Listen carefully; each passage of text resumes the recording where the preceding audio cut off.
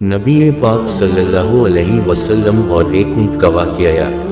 हजरत तमीम दारी रजी अल्लाह अन्हु फरमाते हैं कि हम एक बार हुजूर सल्लल्लाहु अलैहि वसल्लम के बारगाह अक़दस में हाजिर थे कि एक ऊँट भागता हुआ आया और सल्लल्लाहु अलैहि वसल्लम के सरे अनवर के पास आकर खड़ा हो गया जैसे कान में कोई बात कह रहा हो। आप सल्लल्लाहु अलैहि वसल्लम ने फरमाया, पर सुकून हो जा, अगर तू सच्चा है तो तेरा रब तुझे फायदा देगा, अगर तू झूठा है तो तुझे उस झूठ की सजा मिलेगी जो हमारी पनाह हमें आ जाता है। अल्लाह ताला भी उसे अमान दे देता है और हमारे दामन में बना लेने वाला कभी नामुराद नहीं होता। हमने अर्ज़ किया, रसूल अल्लाह सल्लल्लाहु अलैहि वसल्लम यह क्या कहता है? आप सल्लल्लाहु अलैहि वसल्लम ने फरमाया, उनके मालिकों ने इसे जबर करके इसे खा लेने का इरादा कर लिया था तो यह उनके पास से भाग आया है। तुम्हारे नबी सल्लल्लाहु अलैहि वसल्लम से मदद मांगी है। हम सबब ही गुफ्तगू में मशगूल थे कि उस ऊँट के मालिक भागते हुए आए। ऊँट ने उनको आते हुए देखा तो दोबारा हुजूर सल्लल्लाहु अलैहि वसल्लम के सरे मुबारक के पास खड़ा हो गया।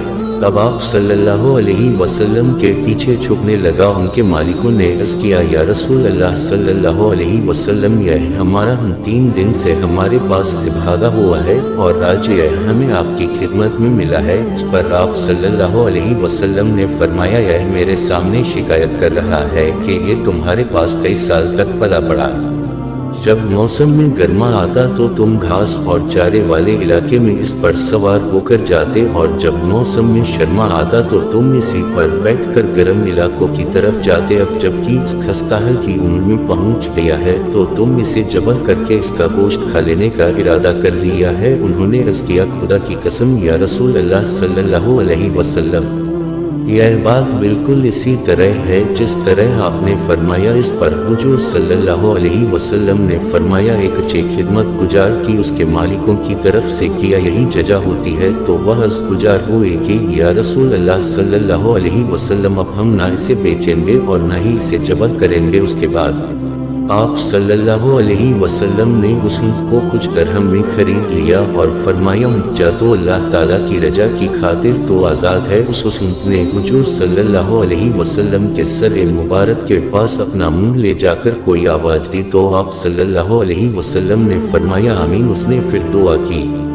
आप सल्लल्लाहु अलैहि वसल्लम ने फिर फरमाया, आमीन। उसने फिर दुआ की। आप सल्लल्लाहु अलैहि वसल्लम ने फिर फरमाया, आमीन। उसने जब चौथी मर्तबा दुआ की तो आप सल्लल्लाहु अलैहि वसल्लम आप दीदा हो गए, आंखों से आंसू बहने लगे। हमने अर्ज़ किया, रसूल अल्लाह सल्लल्लाहु अलैहि वसल्लम, यह क्या कह रहा है? आप सल्लल्लाहु अलैहि वसल्लम ने फरमाया, इसने पहली दफ़ा कहा है, नबी मुकर्रम अल्लाह आपको इस्लाम और कुरान की तरफ से बेहतरीन जजा अता फरमाए। मैंने कहा, आमीन। फिर उसने कहा, अल्लाह ताला क़यामत के दिन आपकी उम्मत से इसी तरह खौफ को दूर फरमाए जिस तरह आपने मुझ पर दूर फरमाया है। मैंने कहा, आमीन। फिर उसने दुआ की कि अल्लाह ताला दुश्मनों से आपकी उम्मत के खून को इसी तरह महफूज रखें जिस तरह मेरा खून महफूज फरमाया है। उसने फिर कहा कि अल्लाह ताला आपकी उम्मत के दरमियान जंग जुदा ना होने दी। यह सुनकर रोना आ गया क्योंकि यही दुआएं मैंने भी अल्लाह ताला से मांगी थी। पहली 3 तो कबूल फरमा ली लेकिन आखिरी दुआ से मना फरमा दिया।